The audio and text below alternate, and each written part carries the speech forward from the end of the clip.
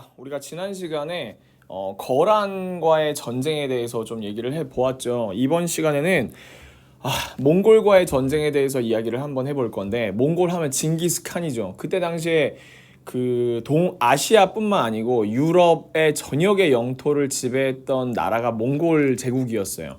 그렇기 때문에 근데 우리나라가 영토를 완전히 뺏긴 건 아니거든. 뭐 여러 가지 이유가 있긴 하지만 그 몽골과의 이제 30여 년간의 처절한 싸움에 대해서 한번 이야기를 해보도록 하겠습니다. 교과서 우리는 12차시를 같이 볼 거고요. 12차시고 교과서는 42쪽부터 44쪽까지입니다. 마찬가지로 교과서에서만 나온 내용 가지고 너무 부족하기 때문에 선생님이 좀 부가적인 얘기를 조금 더 해보고 그리고 나서 이야기를 한번 해보도록 하겠습니다. 그 거란과의 전쟁이 끝날 때가 언제쯤이었냐면 8대 현종이었어요. 8대 현종이었고 8대 현종이 1031년까지 통치를 했는데 우리가 그때 거란과의 전쟁이 끝나고 나서 천리장성을 쌓았다고 이야기를 했거든요. 그게 10대 정종이었어요. 10대 정종 때고 1046년이었습니다. 그 와중에 좀 해가 지나고 나서 우리가 이야기를 하는 것은 18대 의종이에요. 18대 의종이고 의종은 1170년까지 재위를 했습니다. 약 100여 년이 지난 뒤의 일입니다. 100여 년이 지난 일이고요.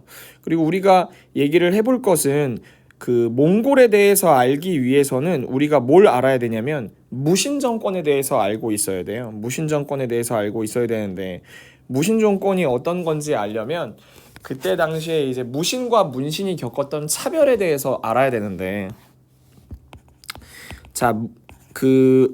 이순신 장군이 무신이었잖아요. 그렇죠? 이순신 장군이 무신이고 뭐 예를 들어서 퇴계 이황 선생이라던가 율곡 이 선생은 문신이었죠. 문신과 무신이 있었습니다. 근데 우리가 알고 있었던 유명했던 무신 같은 사람, 예를 들어서 강감찬 장군이나 아니면 서희 같은 사람들은 문신이었을까요? 무신이었을까요? 다 문신이었어요. 문신 출신이었지만 다 그걸 이끌었죠. 그래서 무슨 얘기를 하냐면은 실제적으로 고려시대 때 좀 멋있는 역할을 했던 사람들은 다 문신이었다는 얘기예요. 무신들은 엄청 멸시받고 좀 무시를 많이 당했어요. 의종은 되게 놀고 막 그런 걸 되게 좋아했어요. 어느 날 밤에 흥왕사라는 절에서 하룻밤 자고 이제 그 개경으로 돌아오는 도중에 보현원이라는 곳에서 자려고 했거든. 근데 이제 중간에 오문이라는 곳에 잠깐 들려요. 오문이라는 곳에 잠깐 들리는데 오문에서 그때 당시에 이제 약간 뭔가 아이돌은 아니지만 약간 공연 같은 걸 보고 싶었던 의종이 뭐라고 하냐면 오병 수박희를 한번 해보라고 해요. 오병 수박희. 근데 이게 그냥 줄여서 수박이라고도 많이 하는데 약간 무술 같은 거에 무술, 얼쑤얼쑤 약간 뭐라 그럴까? 지금 약간 얼쑤얼쑤 그 약간 택견과 비슷한, 사실 자세히 몰라요. 그래서 이걸 한번 보고 싶으니까 너네가 한번 해봐라 라고 얘기를 해요. 그래서 그 무신 중에 이소응이란 사람하고 젊은 장수하고 이제 그 수바키를 보여줍니다. 이소응은 정삼품이었어요. 아이고야 왜 이래 이거. 근데 여러분 이거 숫자가 많을수록 좋게요, 낮을수록 좋게요? 높은 등급이 이게 1품이 제일 높은 거예요. 그럼 정삼품이면 되게 높은 벼슬이거든요. 근데 이소응 장수가 되게 좀 나이가 많은 사람이었어. 근데 젊은이랑 이게 하니까 쉽지 않았겠죠. 그래서 조금 하다가 기권을 합니다. 이소응이 기권을 해요. 이소응이 기권을 하니까 어떤 젊은 문신이 와서 이소응의 따귀를 팍 때린 거야. 따귀를 팍 때렸는데 이소응이 되게 뭔가 이소은 장군이 이제 자기가 의식하지도 못하고 있는데 얻어맞았으니까 막 떨어져서 대굴대굴 굴렀던 거죠. 근데 그걸 보고서 문신들이 막 웃고 막 비웃고 막 그랬던 거예요. 이 상황을 보고 있던 정중부라고 하는 사람이 있었어요. 이 사람은 무신이고요. 무신이고 이 사람도 약간 20년 전쯤에 자기 문신이 자기의 이 수염을 막 촛불로 태웠던 그런 걸 있었어. 그래서 문신을 너무나 싫어했던 거야. 문신을 너무나 싫어해서 어땠냐면은 문신들을 다 제거해 버려야겠다. 약간 그런 생각을 가지고 있었단 말이에요. 제거해 버리겠다라고 생각을 가지고 있어서 오문에서 보현원으로 지금 오고 있잖아요. 그래서 이제 이 사건이 끝난 다음에 너무 화가 났는데 그 왕이 정중부를 조금 달래줬어. 너 그런 거 가지고 화내지 마라. 미안해 하고 달래줬단 말이에요.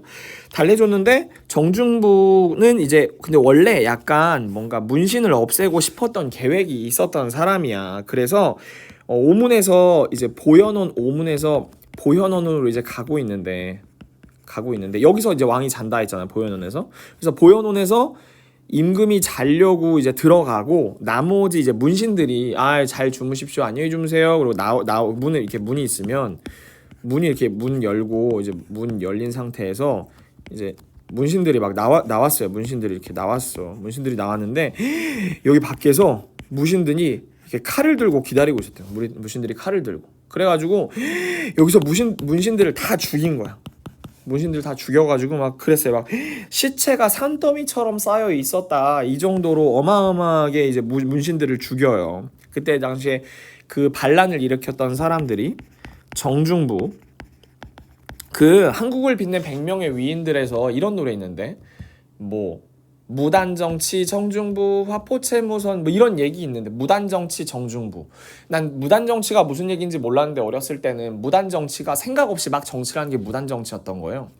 정중부랑 이고라는 사람하고 또 이의방이라는 사람 3명이 주축이 돼서 이제 반란을 일으킵니다. 셋 다 무신이에요. 무신이고 반란은 성공을 합니다. 왜냐면 문신들을 다 죽였거든요.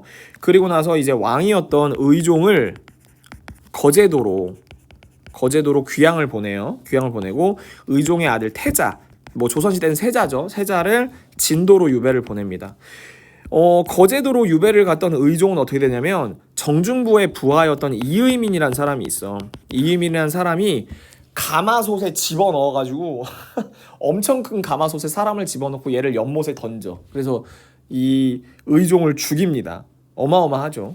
이 상태로 100여 년간의 무신이 정권을 잡아요. 이 시대를 뭐라고 하냐면 무신 정권이라고 이야기를 합니다. 무신 정권, 이거 상대적으로 선생님이 무신을 비하하려는 발언은 아닌데 이렇게 우리들이 받았던 서름 때문에 무신들이 정권을 잡았으면 백성들을 조금 더 잘 봐주고 막 그랬어야 되는데 무신들은 자기들이 받았던 핍박 이런 것만 생각을 해서 문신들을 싹 다 죽이고 백성들도 되게 괴롭혔어. 그러니까 결론적으로 말하면 무신 정권이었는데도 백성들의 삶은 오히려 더 나빠지면 나빠졌지 더 좋아지진 않았다는 거죠. 이 사람들이 얼마나 정신이 없었냐면은 서로 죽이고 근본이 없는 거야. 맨 처음에 그 이고라는 사람이 있었잖아. 아까 이고랑 정중부랑 이의민인가? 이의방 이렇게 3명이 반란을 일으켰다 그랬잖아요. 근데 이고라는 사람은 이의방이 죽여. 이의방이 죽이고 이의방이라는 사람은 정중부가 죽입니다. 무슨 사람 죽이는 게 정중부라는 사람이 죽이고 정중부는 경대승이라는 사람이 죽여요. 뭐 계속 죽기 난리 났어. 근데 이 경대승이 이 정중부를 죽였을 때 30살이었어. 이게 그 나이로 봤을 땐 굉장히 젊은 사람이잖아요. 되게 젊은 사람. 그러니까 이만큼 나라가 정신이 하나도 없어. 그리고 막 왕은 이름뿐이에요. 왕은 이름뿐이고 이 사람들이 실제로 계속 나라를 다스리는 거야. 나라를 다스리고 그리고 나서 나중에 이의민이란 사람이 정권을 잡는데 아까 이의민이란 사람이 누구였어? 그 정중부의 부하인데 그 의종을 가마솥에 넣어서 이제 그 연못에 던져서 죽였다는 사람 있잖아요. 그 사람이 이의민이 정권을 잡아요. 정권을 잡고 또 이의민을 몰아내고 이 사람을 다 외울 필요는 없어요. 다 외울 필요는 없고 여러분 정중부 정도는 기억해야 되지 않을까 싶어요. 여기서 이제 중요한 사람이 나오는데 최충원이란 사람이 나와요. 최충원. 이 사람은 좀 기억해야 돼. 최충원이란 사람은 이제 힘이 좀 있어서 이 사람 아래로 정권을 잡는 사람들은 다 최씨야. 자기 아들들한테 물려줘요. 최충원 다음에 최우, 그 다음에 최항, 이런 사람들이 정권을 잡는데 이게 거의 60년간이거든요. 60년간 정권을 잡는데 이때 당시에 왕이 5명이 바뀌어. 그러니까 얘네들이 마음에 안 들면 왕을 다 그냥 죽이고 바뀌고 막 이렇게 했던 거예요. 그러니까 우리가 이 전체를 무신정권이라고 하는데 이 60년을 줄여서 최시정권이라고 얘기를 하기도 합니다. 최시정권이라고 하기도 하고 23대 고종을 우리가 볼 수 있는데 23대 왕이 고종이에요. 23대 고종 때 몽골 드디어 빠밤 몽골이 쳐들어옵니다. 몽골이 쳐들어오는데 교과서에는 7차례 침입을 했다고 나왔는데 7차례 침입을 했다고 나오는데 뭐 책마다 다른데 10차례 침입했다는 데도 있어요. 10차례 침입했다는 데도 있고 일단 간단히 말씀드리면 이 몽골 민족의 우두머리는 징기스칸이었어요. 징기스칸 들어봤죠? 징기스칸 뭐 칭기스칸이라고 말하는 것도 있고 징기스칸이라고 말하는 거 사람들도 있는데 일단 칸 자체가 그 뭐 황제 뭐 우두머리 약간 이런 뜻이에요. 근데 어느 정도 일단 몽골 민족들은 기마병이었기 때문에 싸움에 굉장히 능숙했어요. 싸움에 능숙해서 그 중국 대륙은 일단 다 정복했고 중국 대륙은 싹 다 정복하고 나중에 뭐 인도, 유럽 다 정복합니다. 다 정복을 하고 근데 고려도 정복을 하려고 했겠죠. 10차례 가까이 쳐들어오는데 고려도 10차례 가까이 쳐들어오는데 결국 고려는 몽골의 나라에 복속되지는 않아요. 근데 뭐 여러 가지 이유가 있어요. 뭐 우리나라에서 많이 뭐 저항을 했다. 저항을 해서 그냥 너네는 우리가 나라를 뺏진 않을 테니까 그냥 우리가 시키는 대로만 해. 이렇게 얘기했다는 사람들도 있고 고려는 그렇게까지 무리해서 정복할 필요가 없다. 왜냐면 얻을 게 없으니까. 뭐 이렇게 얘기하는 사람들도 있어요. 그때 당시에 최고의 권력자는 누구였냐면 아까 그 전편에서 나왔던 최씨 정권의 최후였어요. 최후라는 사람이 어떻게 했냐면 강화도라는 곳으로 수도를 옮깁니다. 이제 수도를 옮기는 걸 우리가 뭐라고 하냐면 천도라고 해요. 천도. 이제 수도를 옮기는 걸 천도라고 하는데 강화도가 위치가 어딘지 좀 확인을 해보면 강화도는 어디냐면 그때 당시에 수도는 개경이었는데 강화도 섬이에요. 섬. 지금은 이제 북한 접경 구역이기도 한데 강화도로 섬으로 옮깁니다. 섬으로 옮기는 거는 뭐 여러 가지 이유가 있었는데 일단은 방어하기가 편했어요.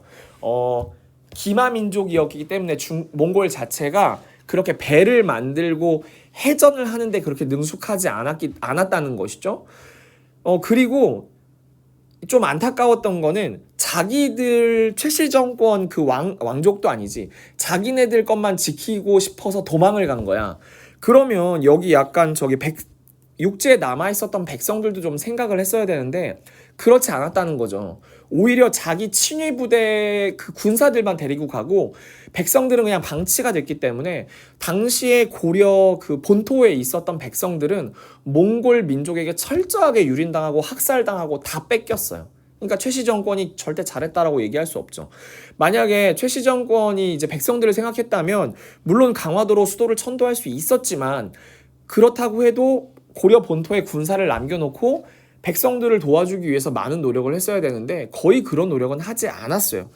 그러니까 별로야. 맴매해주고 싶어요. 완전 별로예요. 백성에 대한 대우가 형편이 없었고 그리고 당시에 향소부곡이라는 걸 알아야 되는데 향소부곡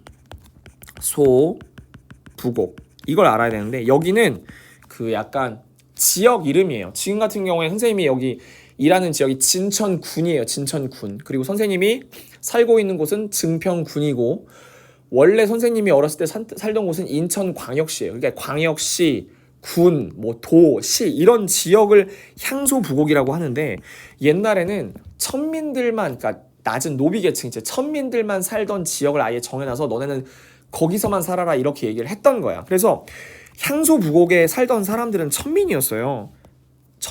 근데 천민들이 어떻게 나라에서 날 버리고 도망갔으니까 내가 살아야 될 거 아니에요. 그러니까 천민들이나 뭐 힘없는 백성들이 스스로 뭐 칼을 만들어서 아니면 하다못해 돌멩이라도 들어서 몽골 민족하고 싸울 수밖에 없었다는 거죠.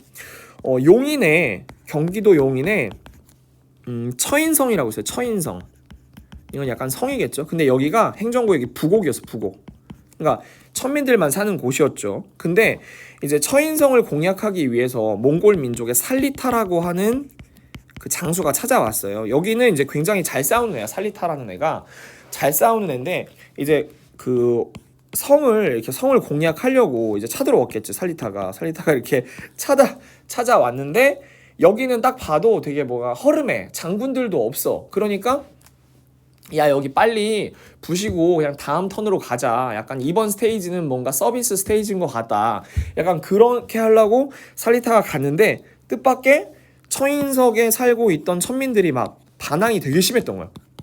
반항을 와 해가지고 어떻게 됐냐면 살리타가 화살을 맞고 죽어요. 살리타가 화살을 맞고 죽고 일반적으로 전쟁이라고 하는 것은 대장이 죽으면 끝나는 거야. 대장이 죽으면 왜냐면 지휘할 사람이 없으니까 그러니까 이 몽골 이 부대가 후퇴를 할 수밖에 없었던 거지. 후퇴를 할 수밖에 없었어요. 그래서 와 이게 그렇구나 했는데 이번에는 충청북도에 충주라는 곳이 있어요. 충주. 그래서 충주성이 있는데 여기도 되게 뭔가 그렇게 잘 사는 곳이 아니었고 이때 당시에는 그 되게 힘없는 사람들만 잔뜩 있었고 그때 당시에 또 어떤 얘기를 했냐면 워낙 그 싸울 사람이 없으니까 노비라고 해도 너 열심히 싸워서 공을 세우면 너 벼슬 내려줄게. 그러니까 지금으로 말하자면 뭐 장군 만들어줄게. 노비 문서를 불태워줄게. 막 이렇게 얘기했다는 거예요. 그러니까 충주성에서 막 진짜 목숨 걸고 막 싸웠던 거예요. 목숨 걸고 막 싸워서 아까 그 처인성에서 김윤후라고 하는 이 사람은 장군이 아니고 승려예요. 승려는 누구냐면 그 불교의 스님 있잖아. 스님. 근데 이 김윤후 승려가 아까 처인성에서 승리하는데 엄청난 영향을 끼쳤는데 이 충주성에서도 이제 노비들 그 천민들을 데리고 열심히 싸우는 거예요. 결국 그래서 또 막아냅니다. 대단하지. 그래서 김윤호라는 사람이 조금 유명해지게 된 거죠. 근데 이제 이게 7번, 8번을 싸우다 보니까 몽골 쪽에도 그 피해가 말도 못했어. 몽골 쪽에도 피해가 말도 못해서 몽골에서 뭐라고 생각했냐면 더 이상 싸워도 우리가 이길 게 없어. 더 이상 얻을 게 없어. 이렇게 생각을 한 거예요. 그래서 몽골이 뭐라고 그랬냐면 더 이상 싸워도 이룰 것이 없으니까 화해를 제안해. 화해. 근데 말이 화해지 이미 우리나라는 작살이 났기 때문에 뭔가 너네가 화해를 하려면 이런 조건이 붙었어. 고려왕이 직접 인사를 와라. 몽고로 직접 하이 헬로 안녕 나 고려왕이야 이렇게 인사를 와야 된다고 했고 그리고 수도가 지금 어디예요? 강화도로 지금 천도가 된 상태인데 수도를 다시 개경으로 온다. 그러니까 이제 수도가 돌아온다는 것을 한자로 이제 환도라고 하거든요. 개경으로 환도한다. 이걸 이제 조건으로 내세운 거야. 그러고 나서 뭐 뺏어갈 거 다 뺏어가지. 지금 어떠냐면은 여러분들 제주도 가면은 제주도가 그냥 다 산이 아니고 제주도 중간 그 한라산 중간에 보면은 초지가 있어요. 초지가 뭐냐면 여기는 막 나무가 있어야 되는데 막 풀이 난 데가 있어. 여기에 이제 목장이거든. 말 키우고 소 키우고 이런 데가 있어. 그래서 되게 신기하지. 이게 왜 이렇게 돼 있을까? 몽고가 쳐들어왔던 시절에 몽고 사람들이 여기다가 말을 키우려고 불을 다 태워가지고 여기를 목장을 만든 거야. 그래서 그게 지금까지도 영향을 미치고 있는 것이죠. 근데 고려의 뭐 귀족들이나 뭐 고려 왕 같은 경우에는 그렇게 하자. 우리가 너무 힘들어. 백성들 너무 힘들고 우리가 너무 힘드니까 화해를 하고 차라리 우리가 좀 손해 보더라도 이렇게 하는 게 나을 것 같아라고 생각을 했는데 누가 반대했을까? 최씨 정권에서 반대를 했지. 최씨 정권에서 반대를 해요. 최씨 정권에 무신들이 반대를 한 거야. 왜냐하면 그 강화도로 들어가서 그 싸우고 이제 화해를 하지 말자라고 주장했던 사람들이 무신이라는 걸 몽고에서도 이미 알고 있잖아. 몽고들이 그리고 백성들을 엄청 괴롭혔다는 걸 몽고도 알고 왕도 알고 귀족들도 알고 있잖아. 그러니까 최씨 정권에서는 엄청 반대를 하죠. 안 돼. 절대 안 돼. 하면 우리 다 죽어. 개경으로 환도하면 우리 목 댕강이야. 안 돼. 이렇게 얘기를 한 거예요. 그랬는데 왕이 어떻게 했냐면 고려 왕이 어떻게 했냐면 몽골로 몰래 나가요. 몰래 나가서 우리는 하고 싶은데 화해하고 싶은데 자꾸 쟤네들이 최씨 정권에서 못하게 한다. 너무 힘들어요. 너무 힘들어요. 이렇게 한단 말이죠. 그러니까 몽골에서 도와주겠다고 합니다. 그래서 몽골에서 개경으로 돌아올 때 어떻게 하냐면 막 군사도 해줘. 막 따단 막 빠밤 이렇게 군사도 해준단 말이에요. 그래서 들어오면서 결국 개경으로 환도를 하게 됩니다. 개경 환도를 하게 되고 100여 년 동안 이제 100년 동안 했던 무신 정권이 몰락을 하게 돼요. 무신 정권이 드디어 몰락을 하게 됩니다. 자 가슴 이제 어쨌든 바로 돌아온 거긴 한데 몽고한테 이제 항복한 건 뭐 어쩔 수 없는 상황이고 이제 결국 100여 년 동안의 무신 정권이 무너지게 되고 다시 이제 우리는 몽골의 나라에 들어간 건 아니지만 몽골의 풍습을 따라야 되는 약간 그렇게 되죠. 그래서 약간 여러분 그 중국 영화 같은 거 보면 변발 알아요? 여기 이렇게 싹 앞에는 약간 머리가 있고 뒤에만 있나? 앞에는 싹 밀고 뒤에만 있던가? 막 이런 머리 이제 변발 같은 거 하고 몽고 풍습을 따라야 되고 고려의 왕은 막 그 몽고의 공주하고 결혼하던가? 막 그런 여러 가지 몽고한테 지배를 많이 받아요. 간섭을 많이 받습니다. 간섭을 많이 받게 되었어요. 이렇게 해서 우리가 이제 뭐 전쟁이 끝났나? 뭐 이렇게 얘기할 수 있는데 그것이 아니고 이제 어떤 얘기를 해야 되냐면 우리 이제 어떤 얘기를 할 거냐면 삼별초 얘기를 한번 해볼 거예요. 삼별초. 이제 교과서에도 나오는데 삼별초라는 얘기를 하고 싶은데 삼별초라고 하는 군대예요, 군대. 삼별초라고 하는 군대는 원래 뭐냐면 그 무신 정권 있죠. 무신 정권. 그 최씨 정권의 친위 부대. 그러니까 개인 부대 같은 거 있지. 최씨 정권만을 지켜주는 부대였단 말이야. 그래서 강화도 들어갈 때도 얘네 삼별초의 엄호를 받으면서 들어갔어. 근데 이제 그 개경 환도를 하고 게임이 끝났잖아. 솔직히 우리가 지면서 게임이 끝났잖아요. 근데 이 삼별초도 마찬가지로 최씨 정권처럼 안 나왔어. 강화도에서 나오지 않아요. 왜 안 나왔냐면 어차피 최씨 정권이나 무신 정권도 나오면서 다 죽겠는데 우리라고 멀쩡하겠냐 이거지. 왜냐면 삼별초는 무신 정권을 이제 보좌해주는 그런 정권이었으니까 당연히 그리고 얘네가 하던 일 자체가 그 최씨 정권이나 무신 정권의 말을 안 듣는 백성들 죽이는 그런 좀 나쁜 성격의 부대였기 때문에 백성들도 별로 좋아하지 않아서 처음에는. 근데 강화도에서 이제 지도련 선생님이 못 그리지만 강화도에 있다가 얘네들이 못 나간다. 우리는 해산 안 해.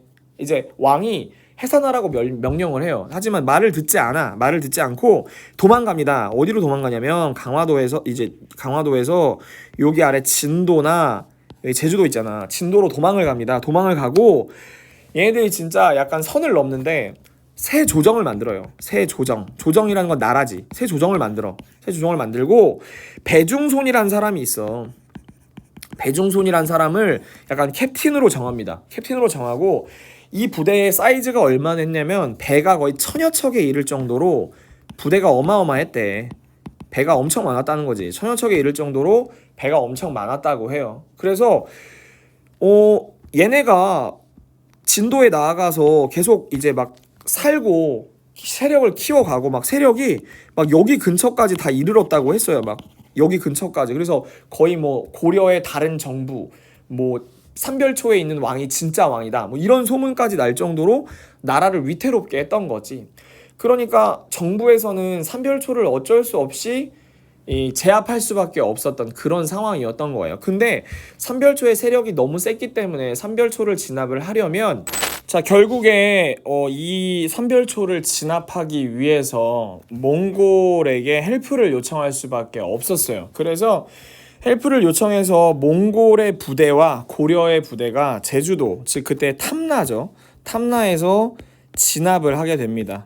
탐나에서 이 삼별초를 마지막에는 진압을 하게 됩니다. 근데 이제 옛날 교과서에서는 그런 게 나왔어. 뭐 어떻게 나왔냐면은 이 뭐 강화에서 이렇게 도망간 뭐 이 삼별초들이 뭐 자주적으로 그랬다. 뭐 외세의 저항 정신이 있었다. 뭐 이런 식으로 교과서에 서술이 많이 됐는데 선생님은 솔직히 그런 건지 잘 모르겠어. 그냥 반란군 같거든요. 반란군. 나라에게 반란한 반란군 같는데 왜냐면 자기들 죽을까봐 도망간 거잖아. 반란군이었지. 그래서 이걸 우리가 어떻게 생각을 해봐야 하는지는 여러분들이 다시 한번 마음속으로 생각을 하는 게 어떨까. 하지만 얘네들이 그래도 백성들한테 조금 지지는 받았다고 해요. 아무래도 그 왕실 자체가 그 너무 미움을 받았으니까 지지를 받았다고 하긴 하네요. 교과서를 빠르게 한번 읽어보고 넘어가도록 하겠습니다. 몽골이 침입했을 때 고려가 한 대응이 무엇인지 알아봅시다. 북쪽의 유목민족이다. 유목민족이 말 타고 다니는 사람들이자 몽골은 칭기스칸이 부족을 통일하면서 세력이 강해지면서 주변 나라들을 침입했습니다. 뭐 중국, 인도 다 쓸었어요. 몽골은 주변 나라에 물자를 많이 바칠 것을 요구했고 고려에도 사신을 보내서 물자를 바칠 것을 무리하게 요구했습니다. 이후 고려에 온 몽골의 사신이 돌아가는 길에 죽었어요. 근데 이제 고려에서 죽인 건 아닌데 이제 그걸 핑계로 된 거지. 몽골은 이를 이유로 고려를 침입해 왔는데 이걸 이제 1차 침입으로 하고 1차 침입 이후에 뭐 약 10여 회 찾아왔다고 하죠. 여기 보면은 뭐 난리가 났죠. 그렇죠? 난리가 났고 여기 피해를 당한 걸 보면은 뭐 우리가 그때 선덕여왕이 만들었다고 했던 황룡사의 9층 석탑이라던가 뭐 대장경 뭐 이런 것들 다 소실되고요.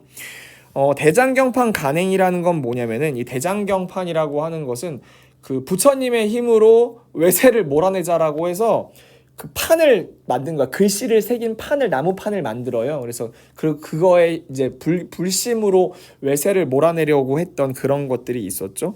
삼별초의 항쟁, 나중에는 이제 삼별초가 진압됐다고 선생님이 얘기를 했었죠.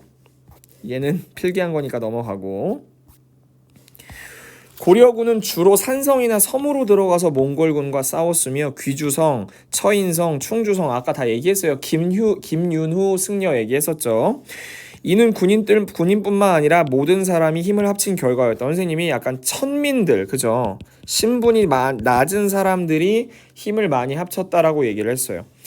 그러나 고려는 오랜 전쟁으로 국토가 황폐해졌으며 수많은 사람들이 죽거나 몽골의 포로로 끌려갔습니다.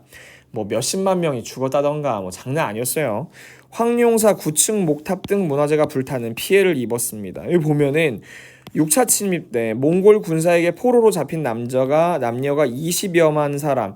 아마 그때 인구가 1000만이 안 됐을 것 같은데 죽임을 당한 사람이 이후 헤아릴 수 없으니 몽골 군사들이 거쳐간 고려 마을들이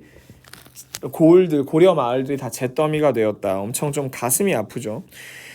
처인성이네요. 고려의 용인의 처인성이죠.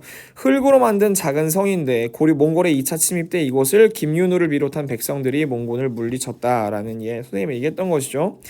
하지만 강화도가 몽골에 함락되진 않았지만 육지에서의 입은 막대한 피해로 고려는 더 이상 전쟁을 지속하기 어려웠다. 육지에선 아무것도 안 했어. 고려의 왕과 일부 신하는 전쟁을 멈추는 조건으로 강화도에서 개경으로 돌아왔는데 삼별초라고 불리는 일부 군인들이 반발을 했죠. 여기 나왔죠.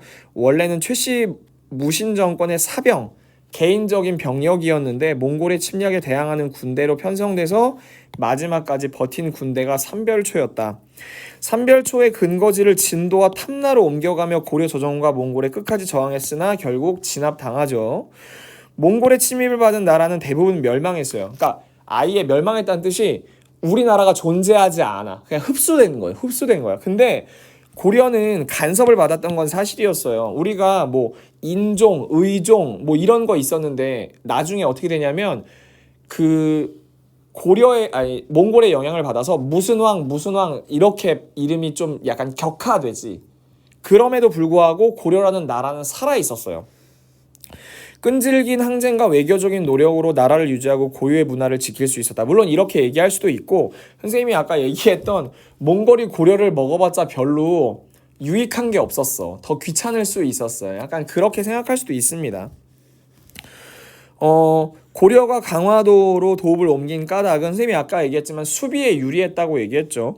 몽골은 바다와 먼 지역으로 발전한 나라로 배를 만드는 일이나 바다에서 하는 전투가 약해서 근데 우리나라를 10여 회 정도 전투를 한 다음부터는 얘네들도 전함을 만들기 시작했어. 배를 만들기 시작해서 나중에는 우리가 어차피 질 게임이었어. 강화도는 육지와 가까운 섬이었지만 물살이 매우 빠르고 갯벌이 넓어서 몽골군이 침략하기 어려운 지역이었고 세금을 옮기기가 편했다. 야 나쁜 사람들 아니야? 세금을 이렇게 생각하면 안 되지. 아무튼 그랬다고 해요. 선생님이 강화도를 잘 알지. 선생님이 인천 출신이잖아요. 아이고 그렇습니다. 오늘 되게 길게 얘기했는데 오늘도 중요한 얘기 했습니다. 최씨 정권 이야기랑 몽골 이야기 했는데 여러분 강의 천천히 보시면서 오늘 했던 얘기 꼭 기억하시기 바래요. 선생님이 한 다음이나 다음 차시쯤에 앞에서부터 싹 한번 정리하는 차시 한번 만들도록 하겠습니다. 오늘 여기까지 하고 다음 시간에 다시 만나요. 뭐 명절 뒤에 만날 수도 있고요. 인사하겠습니다. 안녕.